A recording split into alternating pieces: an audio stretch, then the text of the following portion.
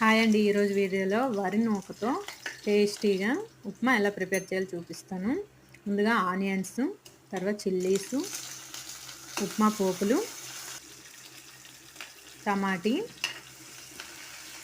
కరివేపాకు వేసుకొని బాగా వేగనియ్యాలి. బాగా వేగినాక 2 గ్లాసుల వాటర్ తీసుకున్నాను నేను. 2 గ్లాసుల వాటర్ తీసుకున్నాక 2 గ్లాసుల వాటర్‌కి 1 కప్పు వరి నూక అయితే సరిపోద్ది.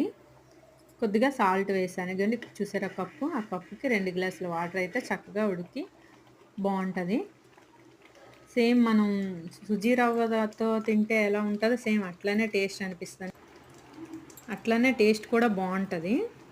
ఒకసారి ట్రై చేసి చూడండి. చూసారా ఎంతగా బావుందో? ప్లీజ్ సబ్స్క్రైబ్ చేసి లైక్ చేయండి. నన్ను ఎంకరేజ్ చేసినట్టు ఉంటది. Thank you.